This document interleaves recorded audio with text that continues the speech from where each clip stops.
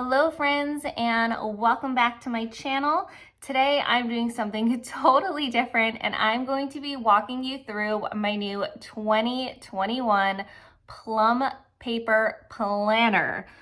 Wow, that is a mouthful. I did ask you guys on Instagram if you'd be interested in seeing something like this, and a lot of you responded that you were. So I'm pretty excited to make this. I happen to love videos like this.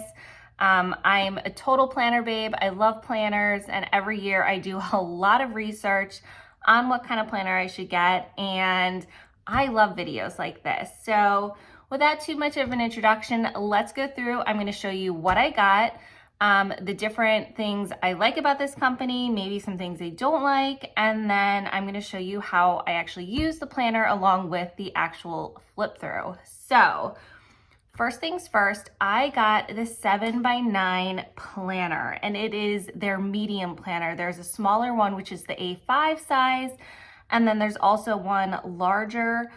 I want to say it's 9x11, but you know what? Don't quote me on that.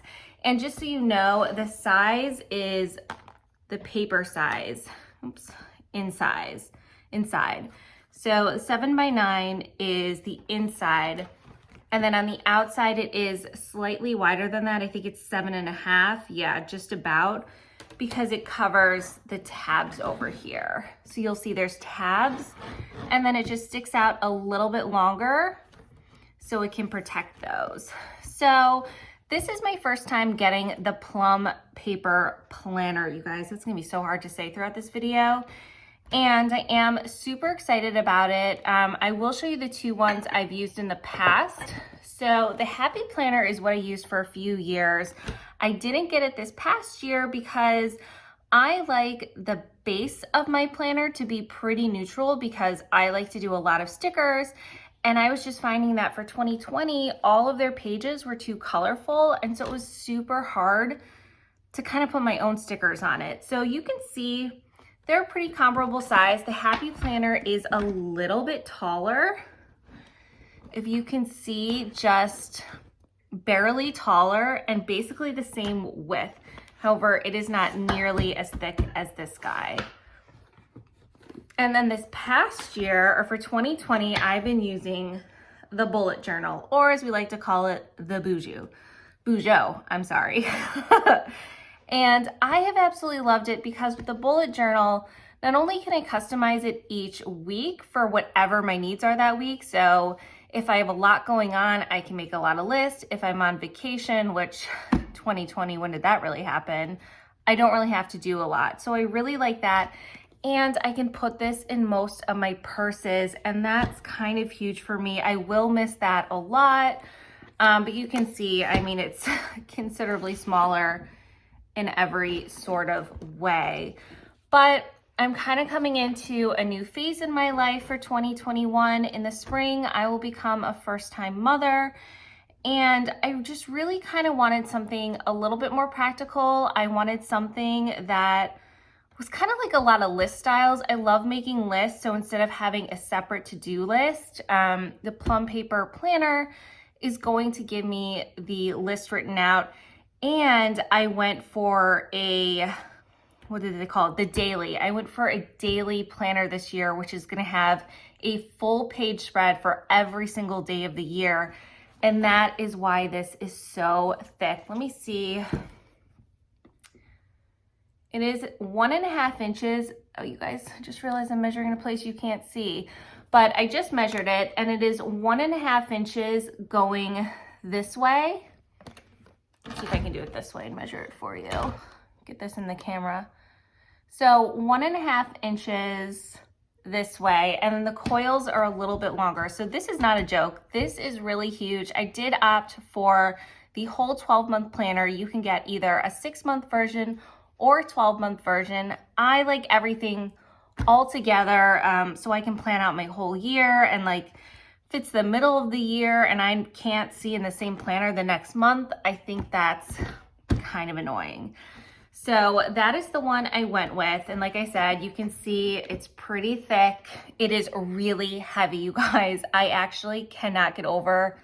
This is like a giant Bible or something. It's just redonkulously heavy. Did you hear that when I dropped it? I mean, thud. So to start off, you can customize your cover on this. I went with sort of a season neutral design, I would say. I did think you could change these out, but it looks like how it's designed, you actually can't. So I do see some like, you know, fall designs or Christmas designs, and that just doesn't make sense to me because you'll have it year round. And then you can personalize with your name, with initials, with your brand, whatever you want to do. I went simple. I just went with my first name on this. The one thing I will say that I don't like, there's a plastic cover that you can kind of see on this, which I do like that, but you're not going to be able to see it in the camera, but it's really scuffed up and almost dirty, like not cleanable dirty, like it was used before. This was not a cheap planner. I want to say this was around 55 or 60. I'll write on the video, or I'll put across it what this actually cost me, but I think it was 55 to 60. And for that, like, I shouldn't be getting a cover that looks like it's already a year old. So a minor little thing, not that big of a deal. So then we open it, and this is a pretty hard, thick piece of paper. And then right here, you just put your name, you can put your contact information. And then to start us off, we're just gonna get a full year view of each month. And I love having this. I reference this all the time in my bullet journal. I did put one of these in my bullet journal, and I really use it all the time. And then we come to the special date page, and I love this page too. It's another page that I created in my bullet journal, and I absolutely love it because I can plan out for the entire year any birthdays, any weddings I know about, any parties. I mean, we have annual parties every year. I just love that there is a place to put all of that. And to also tell you, so when you are choosing your planner, there are 3 different color waves you can change from. I went with the neutral one again, because if I do decide to put stickers or other color elements in this, then I kind of have a more neutral background to work with. And then I believe there was a rainbow wave, and then one that they called modern, which I actually really like that one, but I went with the neutral. So you're gonna see it's basically shades of gray, and they're kind of like a purpley gray. So moving on, we then have, and I'll flip back here, you'll be able to see it's very similar. So there are 12 boxes, so you can do this by month, but it says ideas, plans, and goals. And so you can do what you want with this page. And I will probably use this for my goals. I think I probably will break it down by month and just write out the main goals for that month. So I also really, really love these pages. Then that is pretty much it. And then you're gonna go straight into the monthly layouts. Now, I will say this is one thing that I kind of think this planner is lacking. One thing that I really didn't like about getting this medium size is that you could not do any add-on pages. And it might just be because this is already so thick, and so they decided not to allow it for this size, but there were so many great add-on pages that just weren't available to me, which I didn't like, but I like the planner enough, obviously, to get over that.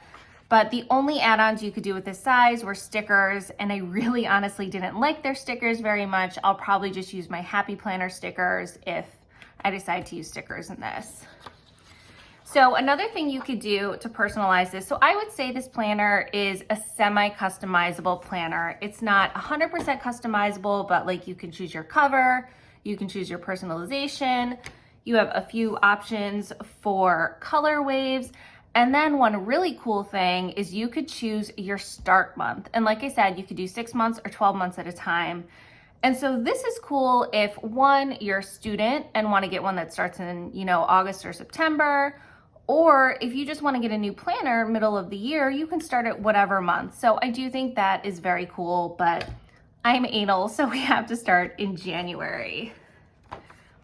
So this is what each month is going to start with. It's going to start with this page and then this little kind of note page. Now I will say this page right here that the tab is on, it is a very slick paper, so I can already see most pens smearing like crazy on this. So for this, I feel like you have to use almost like a super fine permanent marker so you don't get the smudges. So just something to look out for.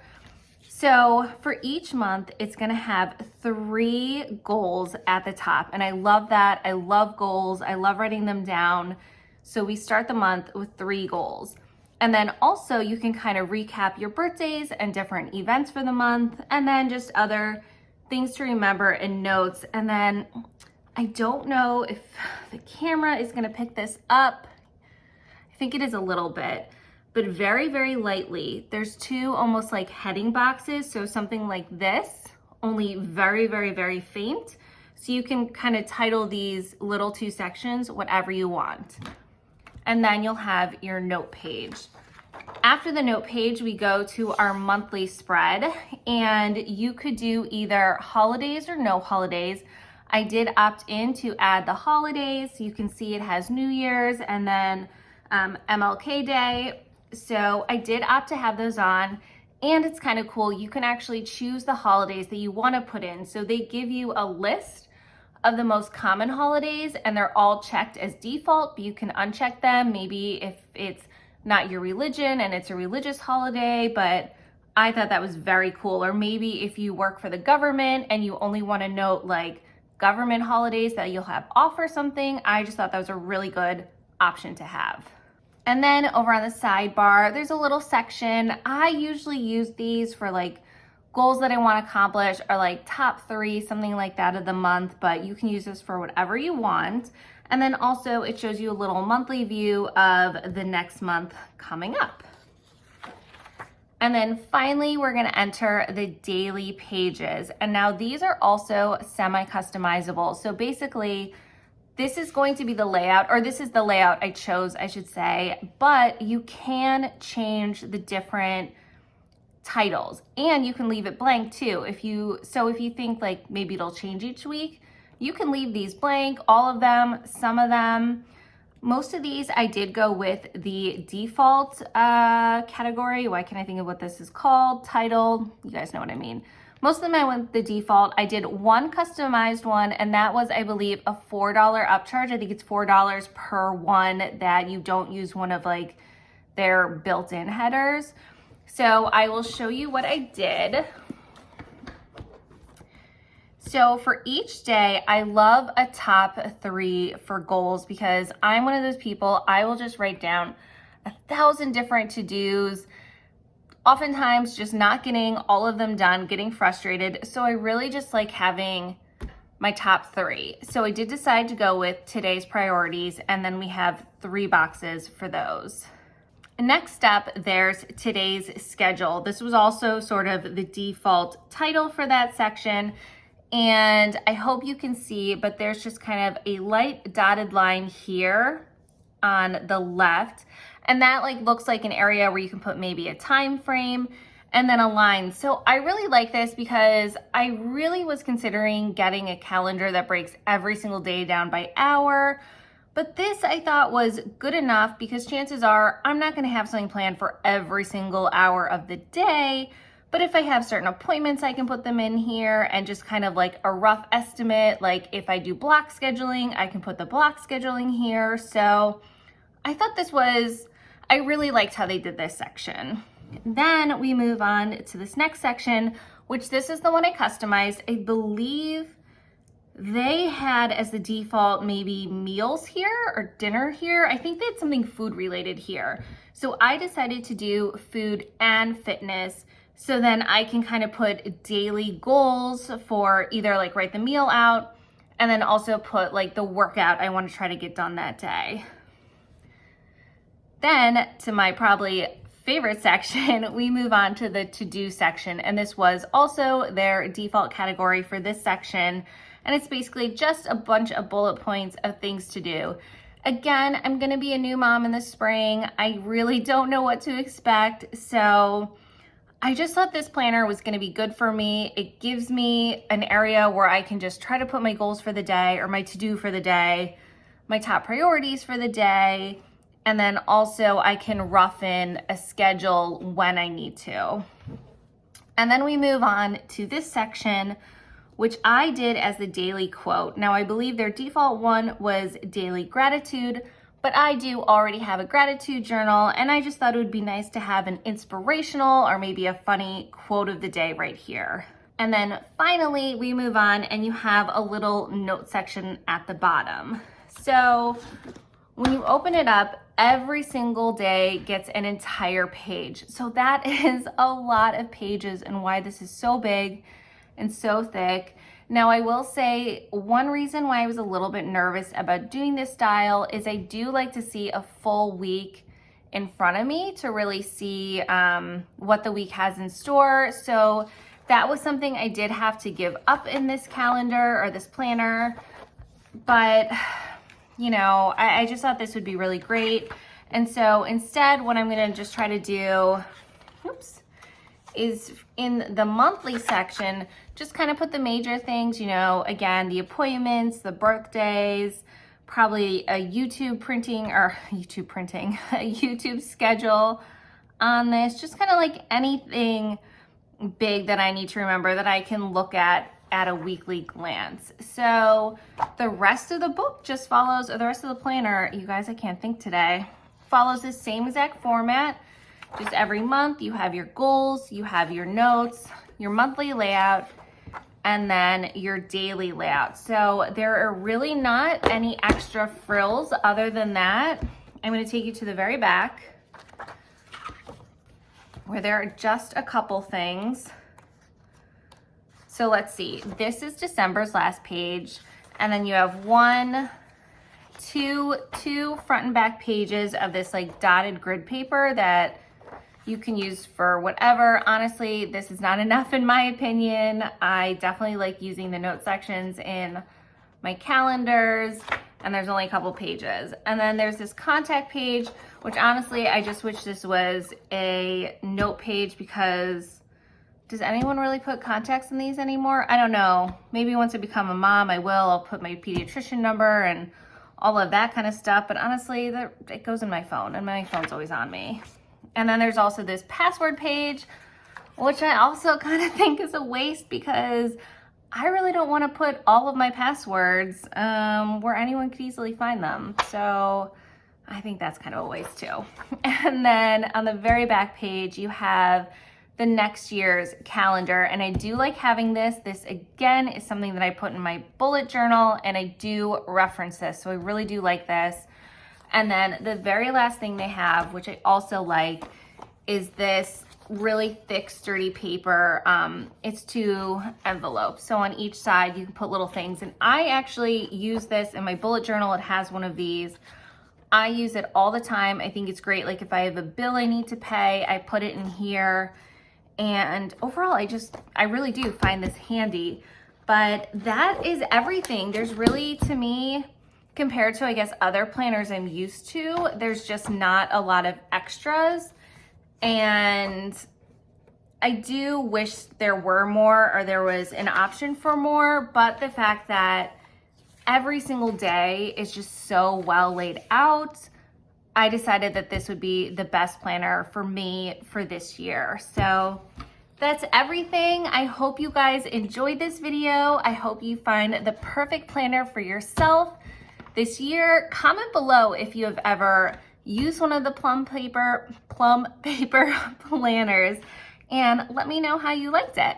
All right, friends, I'll see you in the next video. Bye.